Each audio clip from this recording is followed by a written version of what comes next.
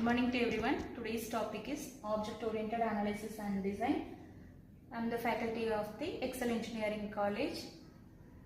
Then introduction to OOAD. What is OOAD? OOAD is we have to develop one concept in a software development or any structural development. We have to first analysis, keen to analysis each and every requirements, and then we have to plan and design the everything. Then we have to use the methodology of the analysis and design in a OOAD concept. Then focus on the objects and behaviors, and we have to relationship between the two concepts, customer and the users. Then we have to structure programming language. We have to developing a object-oriented concept. For example, Java, C, C++, OOPS concept. Then we have to OOAD development concept. We have to structure design in a OOAD concept. Then include the OOAD concepts, UML designs. Then UML is nothing but a unified modeling language.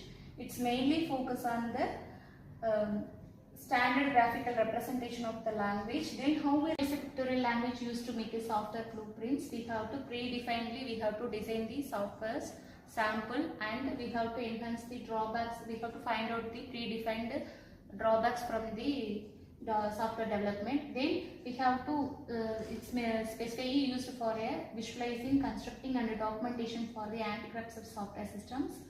Then different forms of the other common programming languages. It is not used in a programming. It's only the design and analysis purpose we have to use in the UML structures. Then it uses mostly graphical notations. We have to so many symbols used to different various types of diagrams used in a various different symbols. Then simplifies the complex process for the software designers. We have to predefinedly, we have to identify the problems and rectify the problems. Then use graphical notations to communicate more clearly than the natural language, because of it's only simple. We have to development a software which shows clear blueprint, then clear plan we have to identify. Then after overall view of the system, for example, we have to develop a one software means we have to show in the system, we have to clear the structure of the blueprints. Then tools can be used to generate code various languages using UML diagrams. We have to tie up the OOPS concept to Java programming. We have to develop a software not dependent on any other languages or a technology. Then it is a only pictorial representation of the diagrams. Then simple modeling mechanisms to model all possible practical systems. For example, we have to today faced so many errors in the developing area. So we have to predefine concepts in a step-by-step procedures. We have to, for example, first we have to analysis what are the requirements, simple things, basic things, what are the each and everything we have to analysis and find out the whatever we want. Then after we have to development the tools. Then it is a model which is made up of concept and the relationships. For example, customer and the seller, we have to some relationships having, we have to use in the use case model, class diagrams, everything we have to identify to interlink that, understand the entities in the real world and how they interact with each other. Then UML building blocks, then connect the building blocks, communicate the mechanisms. For example, three major elements we have to use. What are the communications going on the entire systems is we know clear in the diagram. Then in a OOPS concept, object-oriented concept, both data and methods that control the data. We have to identify the objects, what are the requirements we have to use, then attributes, what are the fields we want to analysis needed. Then data represents the state of the objects. Step-by-step procedure, we have to entity the data, then we have to analyze and view. Data can also describe the relationship between these objects and their objects. Then we have to interconnect of the parent cell to child cell. So entities, we have to interlink the one level to the another level. Then every object belongs to the instance of the classes. Then objects may have the fields and variables. What are the required fields we have to analyze is predefined. Then class describes those fields. Object may have methods. We have to create that required objects, methods we have to create.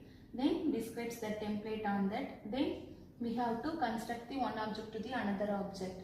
For example, we have to in this object in a rabbit means create the object instance. Then what are the things required we have to find it. classes. Then next one is classes hierarchy.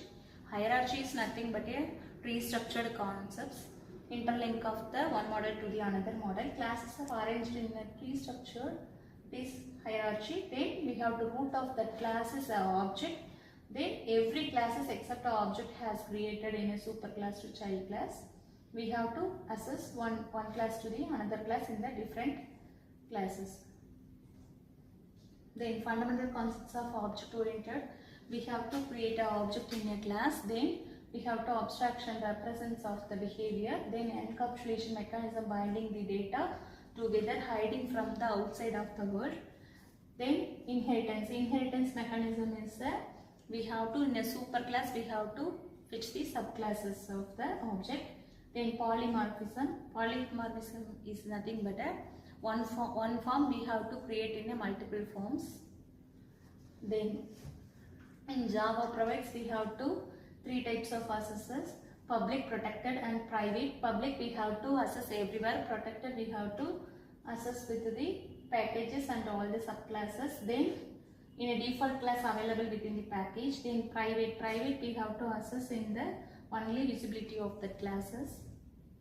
Then OOAD analysis and design, we have to collaborate of the identified objects. Then relationship between the identified and the design of the what we have to design. Then identify the objects in the systems and the relationship between how we implement and how we develop the software in a project.